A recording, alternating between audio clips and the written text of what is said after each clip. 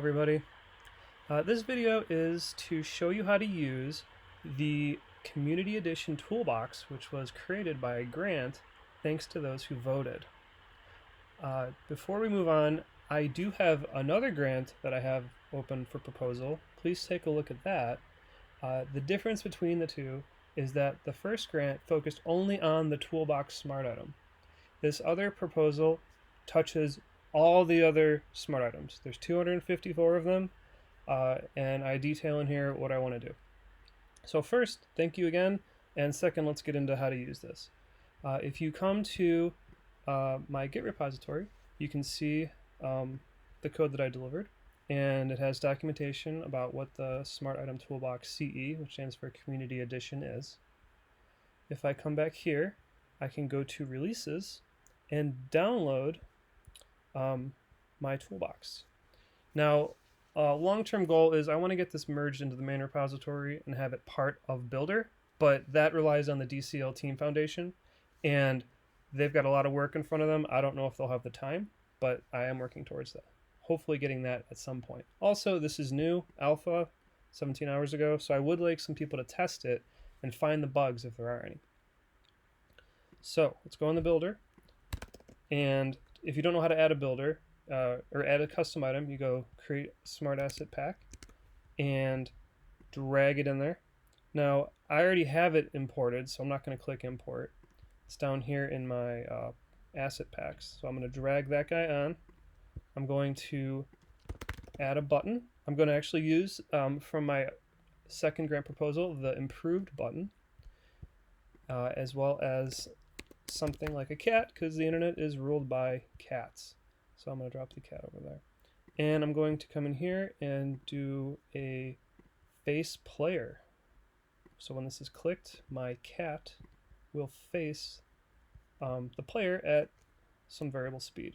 I can also combine actions, which I'll show you in a second. So first, let's make sure face player works so the cat turns around. You can combine actions by either making him occur after the first one completes or doing them at the same time. This line breaker here shows it's going to be at the same time, and I'm going to have it move to the player at the same time it's facing the player at some slower speed. So let's take a look at how that works. So I'm going to click that, and the cat moved towards me.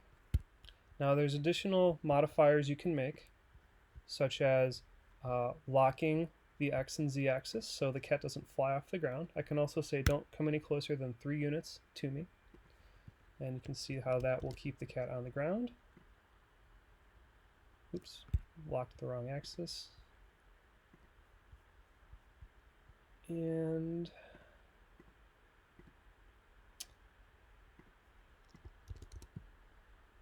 there we go. So the cat comes to me and faces me and did not get closer than 3 units. So that is a quick tutorial on how to use the new Toolbox Community Edition. There's plenty more to explore in here. There's things like move item to player, move item to item, follow path, which is a pretty cool one, which actually if you drop in 5 items and you can have the cat move between all the items in a circle.